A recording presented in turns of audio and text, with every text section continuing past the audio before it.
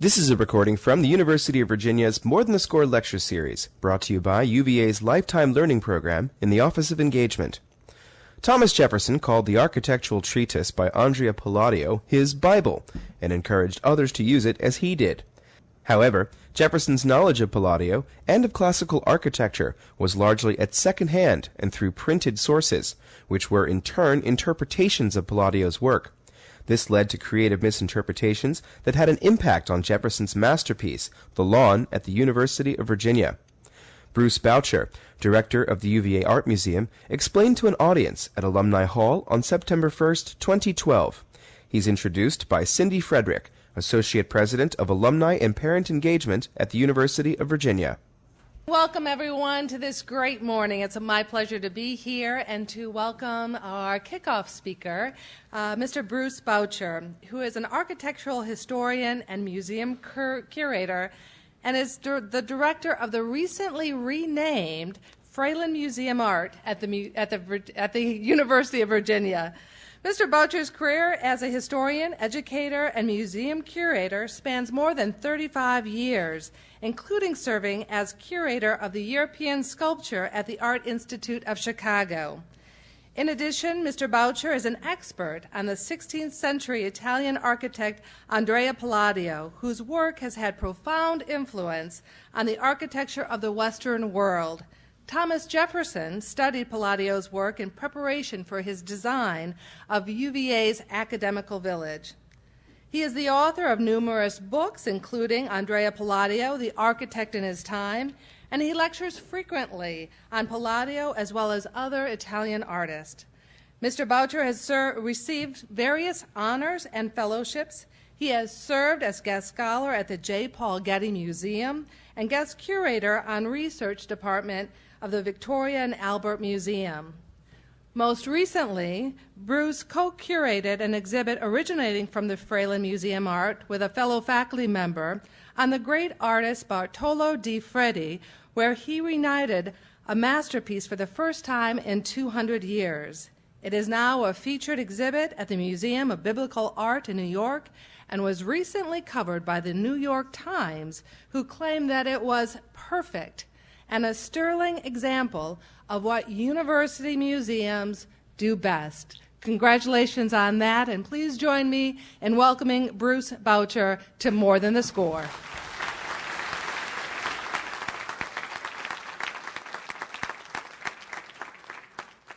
I must confess that I thought this morning perhaps of scrapping my prepared talk and bringing out two empty chairs for Thomas Jefferson and Andrea Palladio so that we could really get to the bottom of the lawn. But I thought that might be too much psychodrama for 10 a.m. So you'll have to bear with me if I give you my version.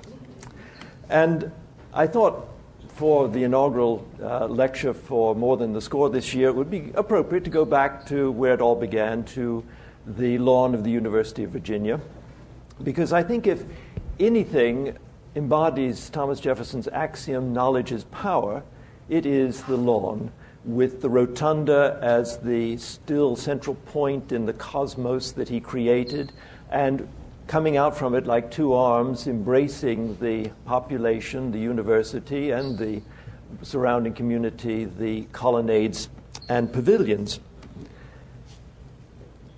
It was really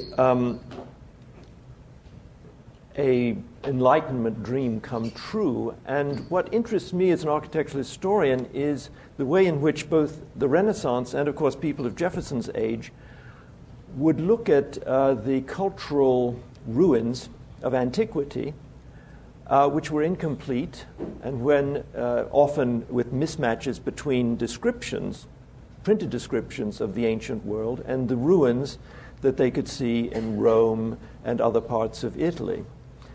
And it's the creative synapse between what they saw on the ground and how they conjured up the explanation for them, how they domesticated them, that led to new creations which tell us a lot about ourselves. Certainly, for the lawn, Jefferson used the building blocks of the classical orders of architecture as reinterpreted and systematized by Renaissance theoreticians like Palladio, from the humble Tuscan columns, the stubby little Tuscan columns that we know that create the colonnades in front of the student rooms, the one-story student rooms, to the nobler Doric, Ionic, and Corinthian, which are 2 stories high by and large, and signify the pavilions where the students would study on the first floor and the professors lived on the second floor. This architecture is what I want to talk about today, and the way in which Jefferson and Palladio misunderstood certain elements and how this impacted the design of the lawn. But I want to begin not with a quote from Jefferson so much as a quote from a younger contemporary of his, Johann Wolfgang Goethe. Goethe wrote in 1786, just as he was beginning an Italian journey, "I realize how much I am behind in the fine arts, but I will proceed. At least now I know the way. Palladio has taught it to me." Jefferson would certainly have endorsed those words, because Goethe and Jefferson were at one with most people of their generation in their veneration for Andrea Palladio. And indeed, the 18th century, as you probably know, was the high watermark of an architectural movement called Palladianism, which took its name, if not always its principles, from the architecture of the 16th century Italian.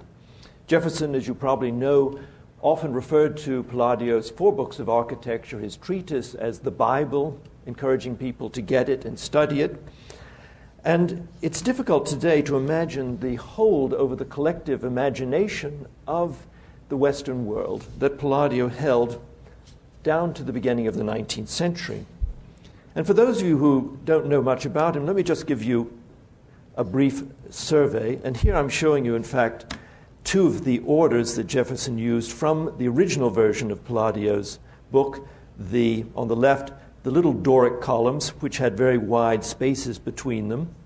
Palladio particularly recommended them for agricultural buildings on farms because they're wide enough for carts to come in and out without hitting the columns. And then the much nobler Corinthian order, which was considered higher in the hierarchy of the 4 orders as they were known in Palladio's time. So this is what Palladio, we think he looks like. We don't even know really what he looks like, which is probably the fact that he's a rather shadowy character is perfect for someone who's the founder of a movement, a bit like Scientology. But nonetheless, through his buildings and his writings, he had enormous influence. And here I'm showing you the Villa Rotunda, which is probably his most influential building, the one in which he took the dome, which was heretofore sanctified for religious architecture, and domesticated it, used it for a private dwelling. Palladio spent most of his career in the northeast corner of Italy, which is known as the Veneto, and that time it was the land empire of the Venetian Republic.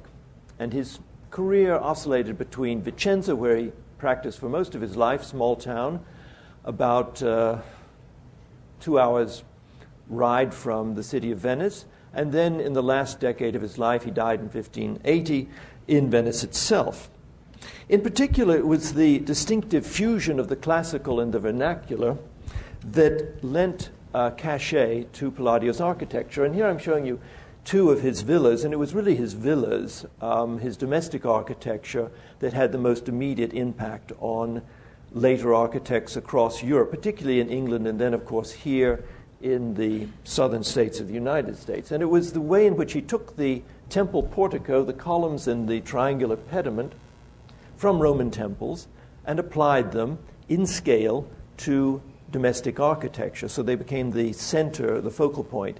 And he said that you could use the tympanum here, the triangular pediment, as a place to put the owner's coat of arms, so that it becomes a visual embodiment of the dominion of the owner over his land. And this was, in fact, a creative misinterpretation. Palladio believed on the basis of misconstruing the evidence on the ground that Roman palaces looked like Roman temples. So therefore, if Roman temples had porticos, palaces could have porticos too. Now, Jefferson's esteem for Palladio was largely, as I said, a bookish one. He never saw any of his works, but when he went to Europe in the 1780s, he had occasion to see reflections of Palladio's architecture in contemporary buildings like Chiswick, which I'm showing you on the left, in an engraving. This was a little extension to an older mansion house that the founder of English Palladianism, Lord Burlington, had built in the 1730s. It was only 68 feet wide. It looks monumental here, but contemporaries said of it that it was too small to live in, but too big to put on your watch chain. It was really an architectural laboratory, which in a way is what Monticello was for Jefferson. And although Jefferson went to see it with John Adams, he professed not to like it. But then he was determined not to like very much that he saw in England. But nonetheless, he did incorporate elements of Chiswick, particularly the dome, into Monticello. When he went to Paris, as our man in Paris, he found architecture and culture much more to his liking. There he studied the latest modern architecture, particularly contemporary houses like the Hôtel de Salm, which we see here. It was under construction in 1786, and he described himself as violently smitten with it. He also was particularly smitten with another building, which he saw on his trip to the south of France. This was the only classical temple that he knew, the Maison Carrée in Nîmes, and he wrote about it that he gazed at it for long hours like a lover at his mistress. And there's this theme in his architecture that for him buildings were almost or as important as a lover. And they were a recurring theme in his architecture. And of course, the Maison Carrée. And here I'm showing you a painting of it from 1786. It's a kind of imaginary creation of the antiquities of Nîmes by Hubert Robert. But it's just the year in which Thomas Jefferson stood in front of it and sketched it. And of course, next to it, I'm showing you the reconstruction or the presentation of the facade of the Maison Carrée by Palladio in the fourth of his 4 books of architecture. And interestingly enough, even though Palladio publishes it and describes it in some detail, he never saw it. He was relying on an earlier French publication of it, which he then adapted. He recopied the woodcuts for his woodcuts in the 4th book of the Quatre Libri. Jefferson had many books on architecture in his library, and he had, of course, seen much more of the world than most Americans of his day. But he still returned to Palladio and insisted upon his primacy as an architectural guide. But the question is really, which Palladio was he talking about? And I'm showing you here 2 versions of the elevation of the Villa Rotunda by Palladio. The one on the right is Palladio's own, the one that he sanctioned in the 1570 publication of the Quatre Libri. The one on the left, which is, if you put the books next to each other, twice as big, a big folio volume, is the English translation that was published by Giacomo Leoni, a Venetian architect, in London between 1715 and 1720. Jefferson owned the English version by Leoni, but he owned it in a later reprint of 1742. And so this is the Villa Rotunda as Jefferson knew, and on the right, what Palladio published. Leoni, as you can see, didn't hesitate to add his own embellishments to Palladio's designs, most notably the windows, the ocular windows that you see in the dome, which do not appear in Palladio. At the same time, the English translation that Leoni used was not supplied by him, but was supplied by a Dutchman from a French translation of Palladio that had been published in the late 17th century. So you can see it's a bit like that. It becomes a bit like that game where people sit in a circle and you whisper something and it goes round. By the time it gets to the other end, it's a bit altered. Now, there's more to it, though, than this, because if we then compare Palladio's published version with the actual Villa Rotunda, you can see that Palladio, too, was not, as it were, telling the truth. He publishes here this semicircular dome, which looks more ecclesiastical than the little stepped dome that was actually built. So, what is going on?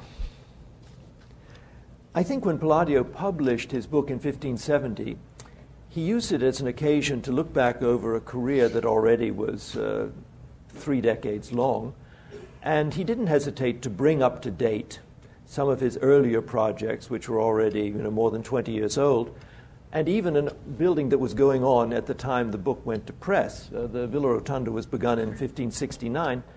He published in it what he wanted to build, not what was actually built. And you can imagine probably he showed this design to the patron, and the patron said, no, it's too expensive.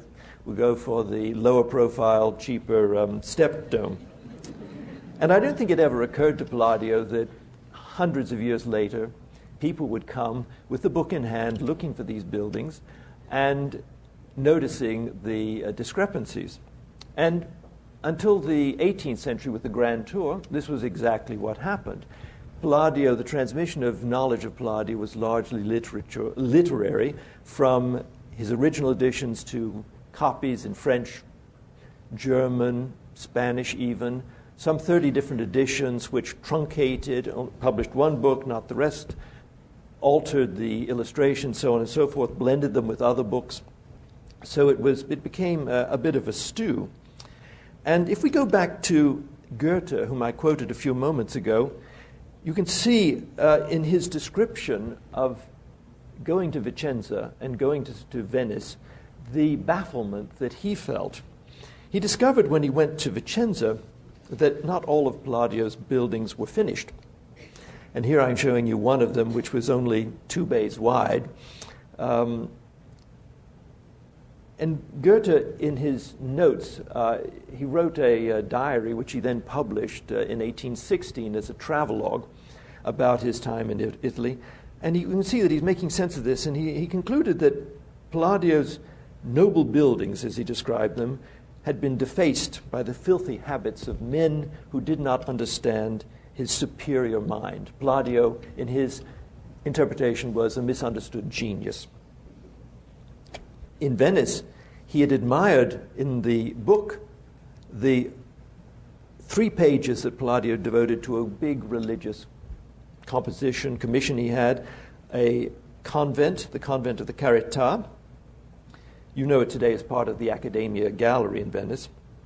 And Goethe was shocked that this design was only achieved in a small corner of the courtyard, this here, roughly 1/10 of Palladio's design as he sets it out in the convent, in the 4 books of architecture. More shocking still was Palladio's interpretation of the Temple of Minerva at Assisi. This was a late antique temple in the center of Italy, in central Italy, in the town of St. Francis.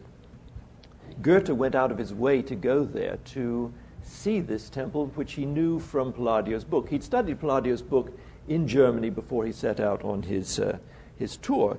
And he was so surprised by the difference between the facade that he saw and the facade as presented by Palladio that he called Palladio's rendering of it a monstrosity. And he reluctantly concluded that Palladio never saw it, and he was relying good-naturedly on someone else's account of the building. But in point of fact, Palladio did go there. We know that he went through Assisi on a number of occasions. And what he was simply doing was altering the facade to fit his own architectural biases, to do what the Roman architect should have done if he'd been better informed. And Goethe, in his pages on Palladio, which are about 2 very pungent pages, sums up his attitude towards his admiration and underlying anxiety with a wonderful description, I think, of the enduring power of Palladio's compositions. He says there's something divine about his compositions, like the power of a great poet who takes from the world of truth and the world of fiction to create a third world whose borrowed existence enchants us. And this, I think, is at the root of the mystique of Palladio even today. As I said, Jefferson never had the opportunity to go to Italy. He briefly was in Turin and Genoa, and then he had to turn around and go back to France. He had what he called a peep into Elysium. So the books, particularly Palladio's, became very important to him.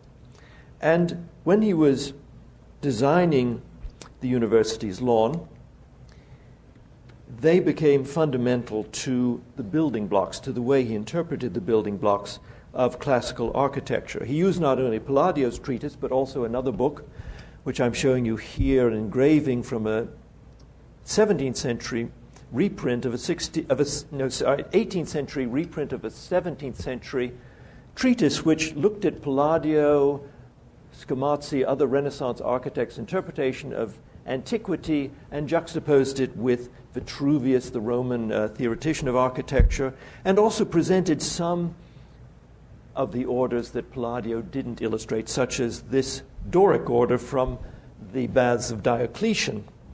And what Jefferson clearly liked about it was the frieze, which had this sun god in it, and you see that in Pavilion 1, the frieze here. I'm sorry it's not very visible, but you can have a check later, a fact check. And these are the distinguishing features of the pavilions, and he wanted the pavilions to serve as a kind of outdoor lecture theater for professors and students, and so each one has a different order taken from a different model of Roman architecture. Now, ironically, Jefferson's veneration for Palladio was not shared by the one architect whom he relied on and who also played a critical role in the lawn as we know it today, and that was Benjamin Latrobe. He was exactly a generation younger than Jefferson. He was born in England. He had the benefit of professional architectural training and also exposure to continental European architecture that Jefferson never had. He was fond of saying, he came to the United States in the 1790s, mid-90s, and he was fond of saying that he was the only trained architect in America, which was largely true at that time. Now, the years of Latrobe's training were marked by the discovery and publication of ancient Greek architecture, beginning in the 1760s, and also by the excavations of Pompeii and Herculaneum, which revolutionized the way in which people thought about Roman domestic architecture. People began to realize that the Romans lived in a much more intimate, asymmetrical way than Palladio and his contemporaries imagined them living. They imagined them living in structures that were like the Roman baths because that's what they knew of a kind of quasi-domestic architecture. And early on in his career in the 1790s, before he went to America, Latrobe built a country house in Sussex, and he didn't use one of the Roman classical orders, but he used a Greek order. And here I'm showing you the Greek order from a book called The Antiquities of Athens, which was published in 3 volumes beginning in 1764, and it showed you, and we'll come back to this again in a little while, this order, which is not quite a Corinthian order, it's the order of the Tower of the Winds, and you can see that he uses it here on this staircase in this house in Sussex. What the publication of this book and also travel in Greece did was to undermine the authority of Palladio with a younger generation of architects. They began to question whether they were infallible guides to antiquity.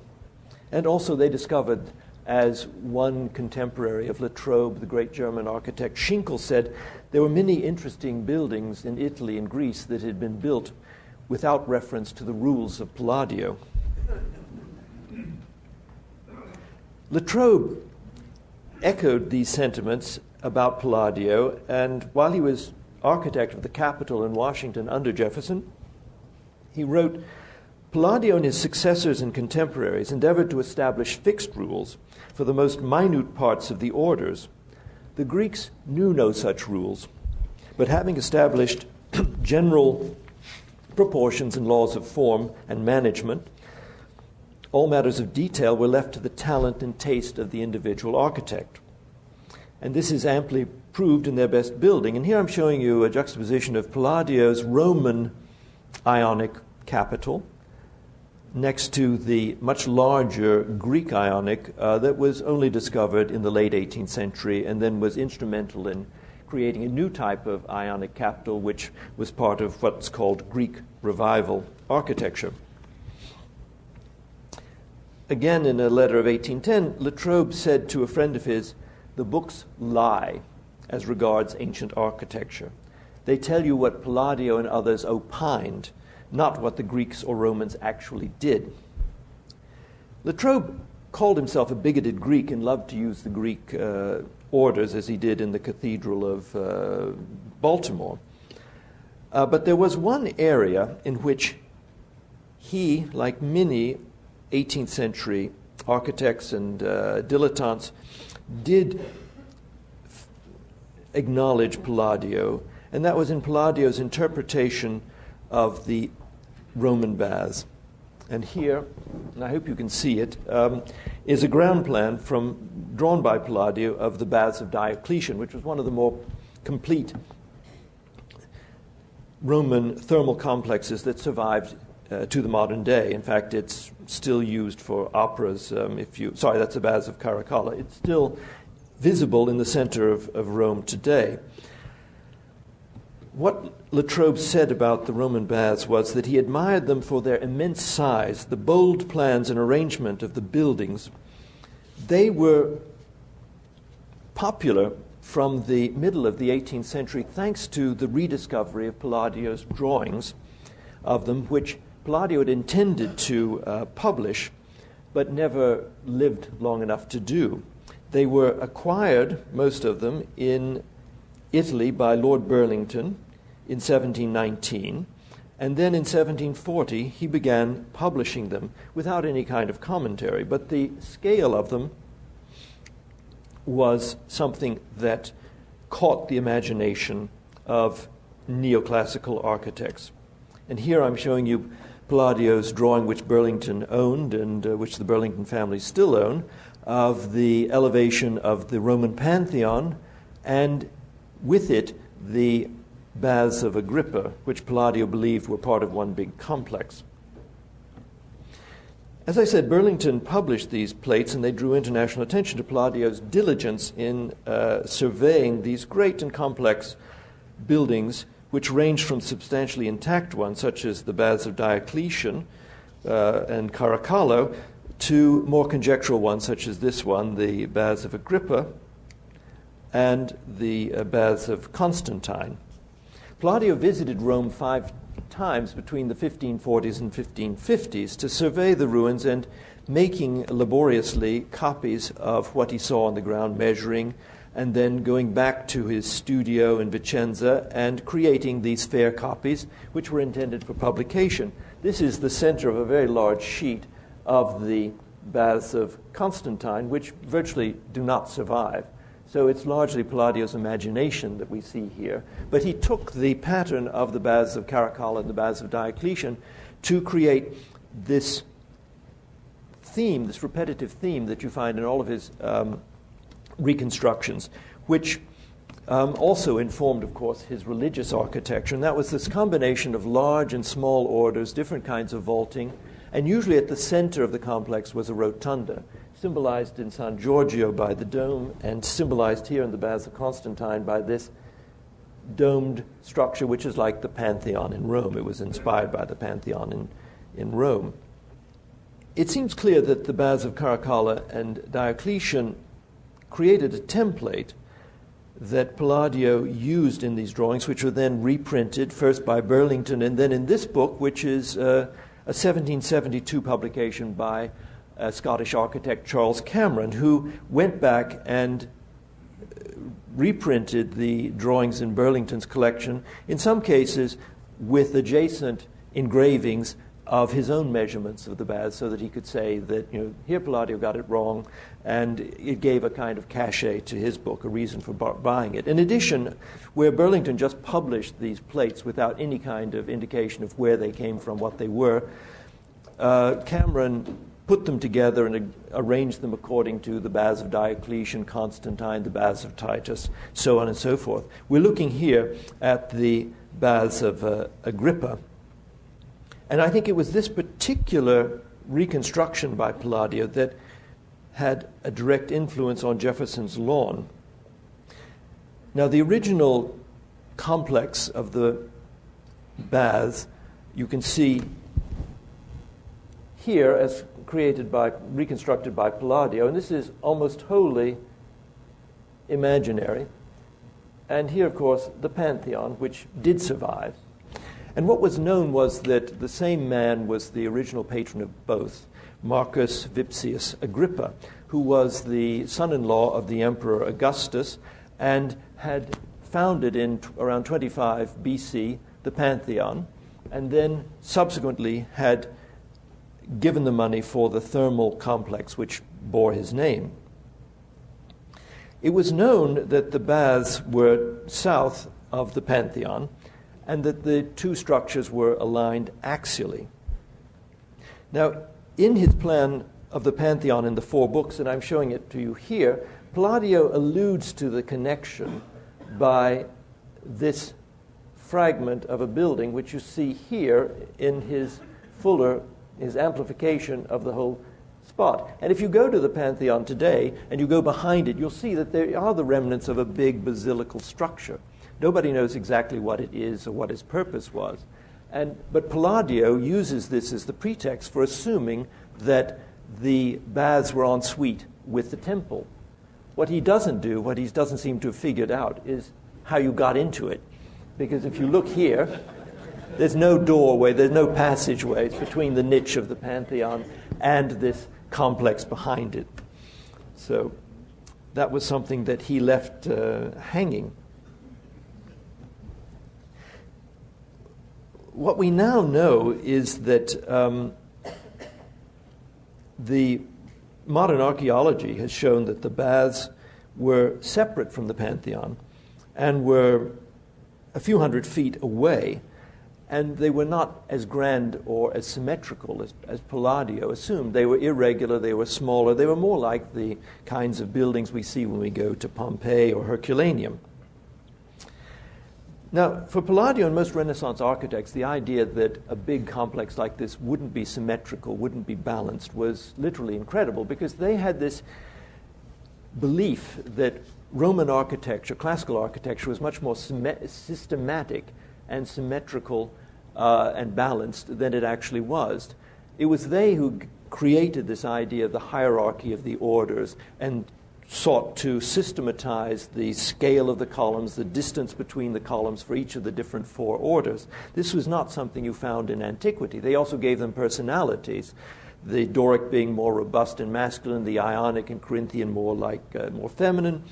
All of this really is the result, basically, of overwriting by the Renaissance of bits and pieces, scattered references in ancient architecture. Now, there's an additional element here which I think has resonance for the lawn, and that was that Cameron, I'm showing you here the frontispiece of his edition of the Baths of the Romans from 1772. It was a bilingual edition, very large folio, and in it, in his discussion of the Baths of Agrippa, he repeats a popular view in the 18th century that the Pantheon was not a temple, but it was a grand entrance to the thermal complex, to the Baths of Agrippa. In other words, it was a secular structure. And in his account of this, he quotes a large chunk of a pamphlet that had been published in 1749 by an Italian cleric called Pietro Lazzeri, in which he argued that the Pantheon was secular in origin and it only became a temple when it was Christianized in the 6th century AD. Cameron elaborated on this in his description of the synergy between the Pantheon and the baths, writing that in the baths there were theaters, amphitheaters, basilicas. Beside the amazing number of chambers, the other necessary accommodation for the purposes of bathing, they were furnished with spacious halls and porticos for walking, with exedrae and seats for the meetings of the philosophers. The most complete libraries in the city were transported thither. In short, they represented an academical village in embryo. And this brings us back to the genesis of the lawn.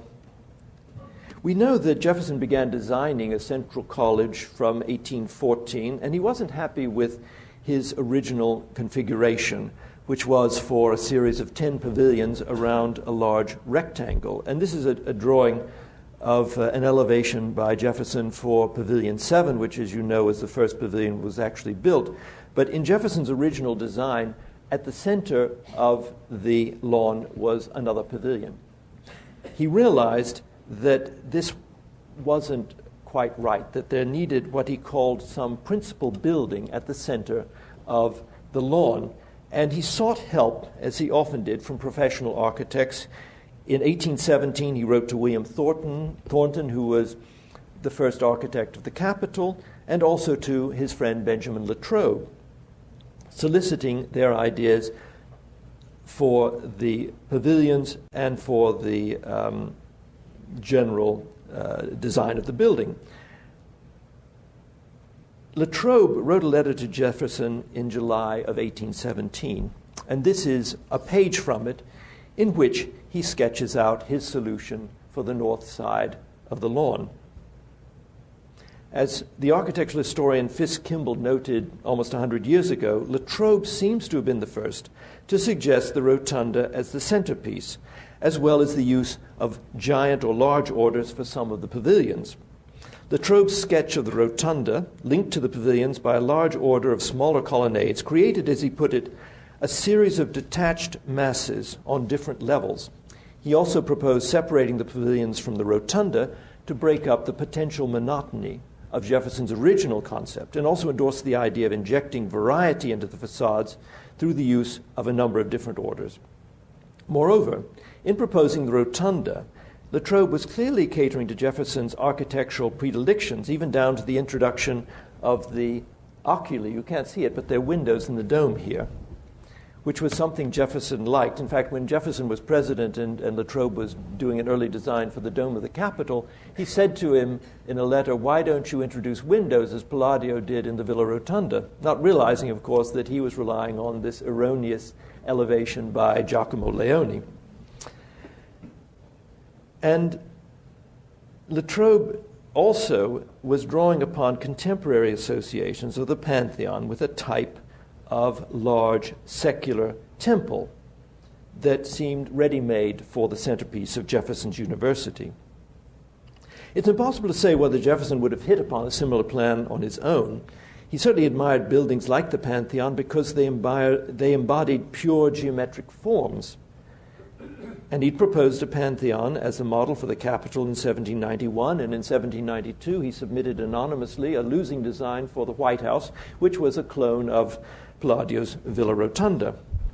But like any good chief executive, Jefferson knew when to seek advice, and more importantly, whose advice to follow. In my opinion, Latrobe's brief but incisive engagement with the lawn imparted a visionary quality and vigor to it, which would have otherwise been lacking.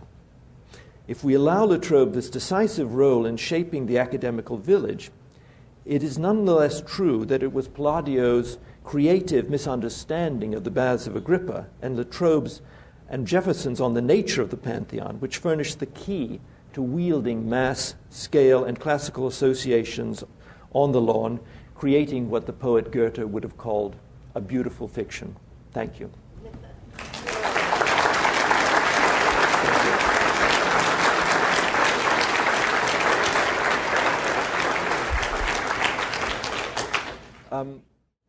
I understand that there may be questions, so if someone would like to ask a question. Yeah. The question was, Brunelleschi designed the Dome of Florence Cathedral, and he is considered the founding father of Italian Renaissance architecture. And where does he fit into this story? The short answer is he doesn't fit. Interestingly enough, by the 16th century, Brunelleschi had largely disappeared from the narrative. It sort of began again with an architect called Bramante, who designed the new St. Peter's in Rome in 1506 and created the foundation of the Dome of St. Peter's that we see today. It was said by a contemporary that he wanted to put the Dome of the Pantheon on the Basilica of Constantine, and meaning that these four great piers supporting a dome, which was a hybrid that antiquity had never seen.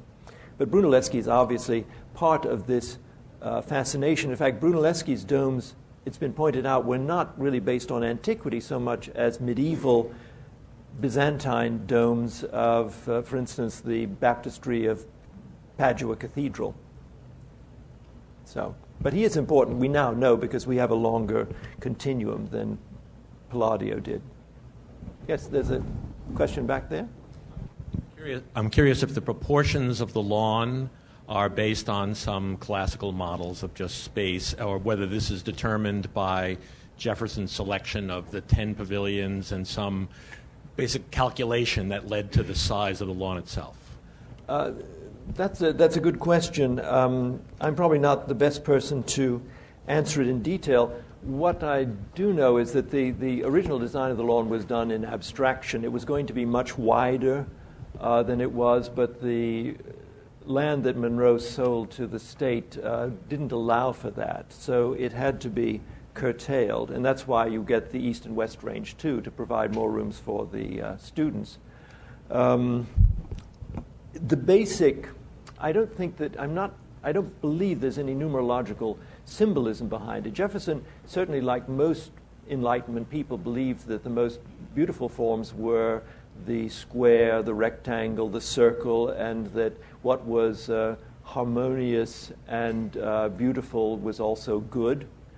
This idea that being surrounded by these kinds of forms somehow improved your mood, made you a better person, something like that. But in practice, they had to deal with the situation on the ground with the sloping, and they had to build up terraces. And if you look at the pavilions, the distance between them expands and contracts to as dictated by the terrain.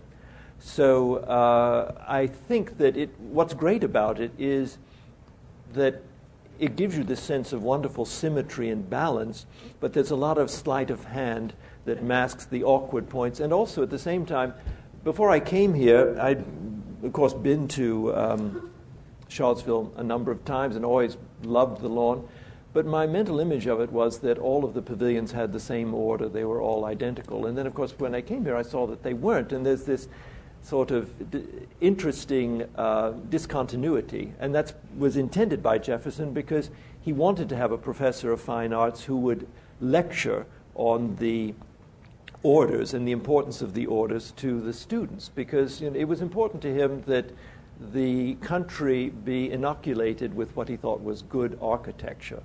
When he was growing up, he said most buildings, public buildings, were little more than brick kilns, and that there were few people who could appreciate the orders. And the University of Virginia was important as a kind of mass indoctrination of architects and masons, because it was the third largest building project in the 1820s after the rebuilding of Washington after the War of 1812 and the Erie Canal. And Jefferson would lend out his Palladio to architects like John Neilson, and they would copy the orders. And then they would go off and they would build houses in Stanton or elsewhere. And so gradually through it, it was a way of disseminating this knowledge of the classical orders. There's one over here. Oh, sorry, yes. Maybe you started to answer my question, but I wanted to ask if you could discuss the asymmetries of the way the lawn turned out to your talk, or were the asymmetries as a result of just construction?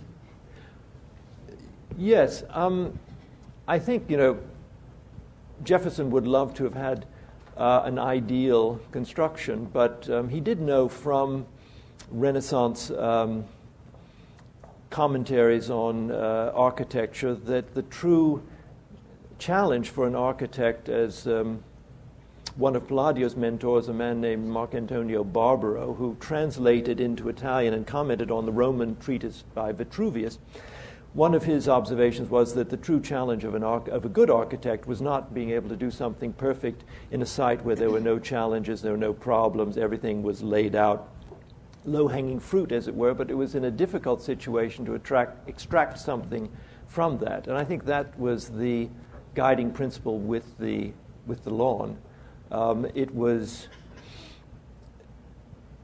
It is symmetrical in the sense that, the pavilions face each other, but, they aren't spaced identically going down because you're going down a hill. And an enormous amount of work was required just to level off the terraces. So within the confines of what he was doing, it's an extraordinary achievement. And I think that it's, in my opinion, his architectural masterpiece, much more so than Monticello. Monticello, I look upon as a bit like Lord Burlington's Chiswick. It's an architectural laboratory. He was always experimenting, and you go there, and it's sometimes frustrating because the windows don't align. You're sort of there are these odd angles and dead space. But it's just the reflection of someone who's constantly tinkering with things. So I don't know whether I've addressed your question, but that's my take. Yes.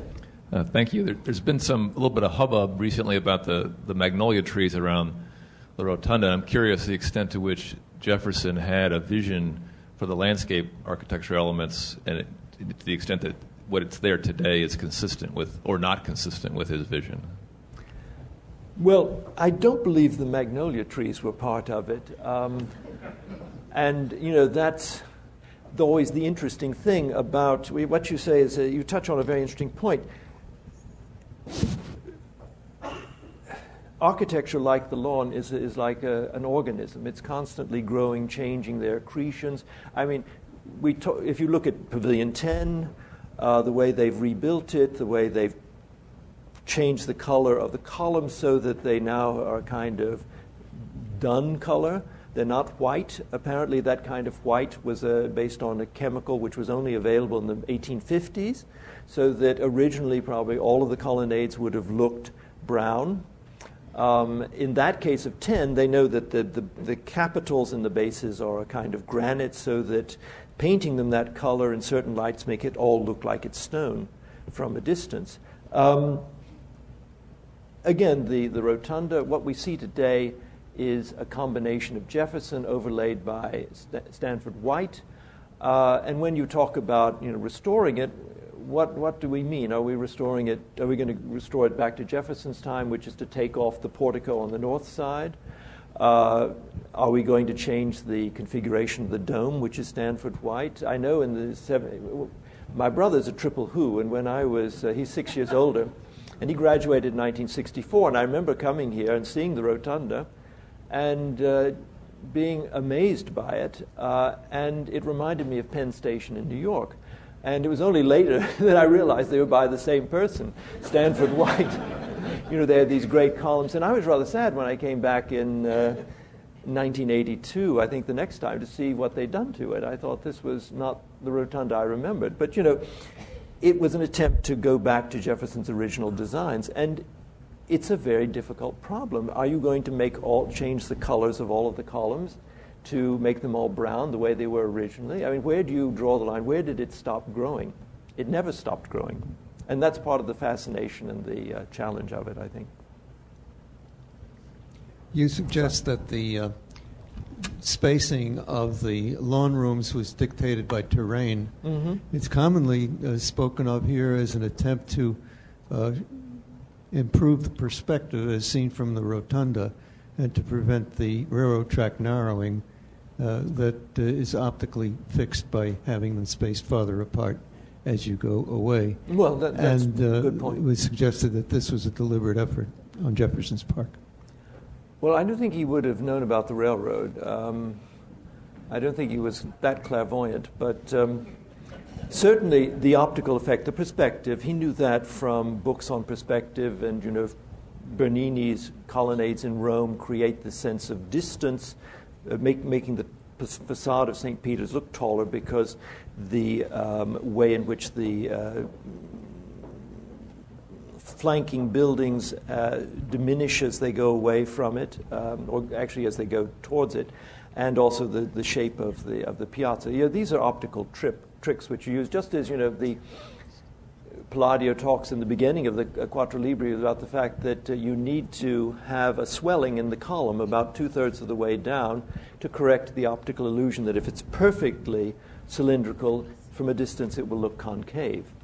And this was something the Greeks discovered, and on the Parthenon they have this swelling on the columns to correct that kind of optical illusion. So what we see is a very complicated composite of elements to create a sense of normality, which, if we followed a kind of literalism, would not come out that way. Yes. Originally, the design was to leave this end of the lawn open, and of course later they've closed it. Would you comment on the difference in visions implied in that?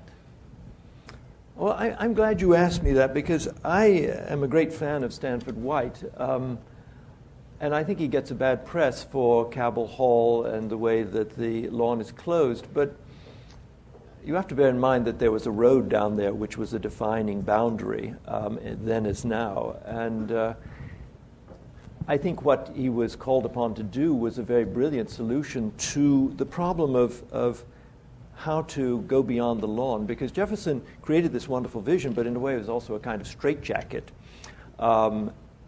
Brooks Hall was the first building built outside it, except, of course, for the Anatomy Theater by Jefferson. And, of course, it was in a different style, and people complained about that. And then, significantly, in the 1880s, after a long struggle, a chapel was built on grounds. Jefferson, as you know, wanted the university to be completely non-sectarian. He believed very emphatically in the separation of church and state, despite what you hear from some people. And when they built it, at the dedication, it was pointedly commented that they had chosen the Gothic, because the Gothic was a type of architecture that was suitable to the Christian religion, unlike the godless architecture of the lawn. So when Stanford White came in to rebuild the rotunda and also to build the President's House and to create more teaching spaces down there, and previously, as you know, there was a big annex on the back of the rotunda, which really detracted from it, but they needed more space for classrooms, labs, etc. They decided not to rebuild the annex, and instead they built the 3 halls down there. And I think what he did was very brilliant in that he chose Greek orders, Greek Ionic columns, not the kind of Jeffersonian Palladian Ionic, to distinguish those 3 buildings from Jefferson's building. So it marks a kind of caesura, but I think it's a very elegant way to turn it into an open-air salon, which is, I think, what Jefferson wanted.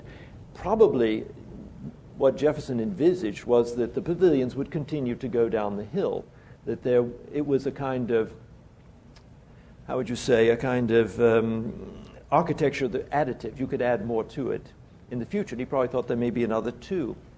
Who knows? But it didn't work out that way, but I would much rather look at Cabell Hall than to look at a road. Yes? Are there any models in Renaissance architecture for Jefferson's serpentine walls? No, and that really, I think, is a great question. That's very much an 18th century concept. In 18th century aesthetics, the serpentine was looked upon as a very beautiful form. The painter Hogarth wrote an essay in which he said it was the most beautiful form. And it's a great example of the way Jefferson can fuse utility with aesthetics, in that one of his constant problems with the legislature was that they were always nickeling and diming him over the cost of building. I suppose in those days it would have been pence and shilling him. But if you look at the drawings that he did for the facades of the pavilions, on the backs of them, he specifies the exact number of bricks so that they would know, and also the bricks on the facade are very fine, the best you can get. On the sides, less so. So there are all sorts of ways in which he could cut corners, but the serpentine walls were a way of reducing the number of bricks in the walls because they're only one brick thick, and they support themselves. It's like an arch turned over on its side. So it is visually very attractive. We would miss them, and at the same time, it saved money. And to go back to your question, he was very what was important to him was having gardens behind the pavilions. As we know, he said of himself at one point in his long career, he said, "I am an old man but a young gardener."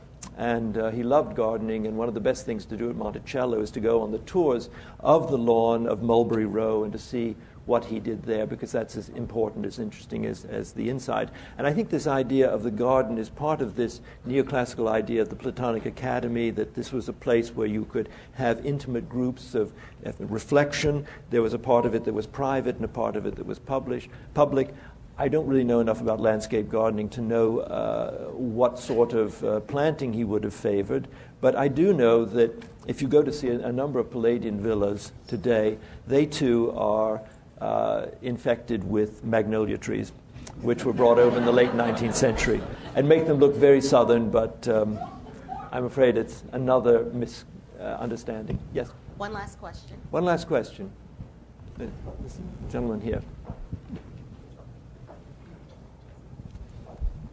I'd like to know your views on the architecture of Darden, the law school, some of the buildings now that are off campus.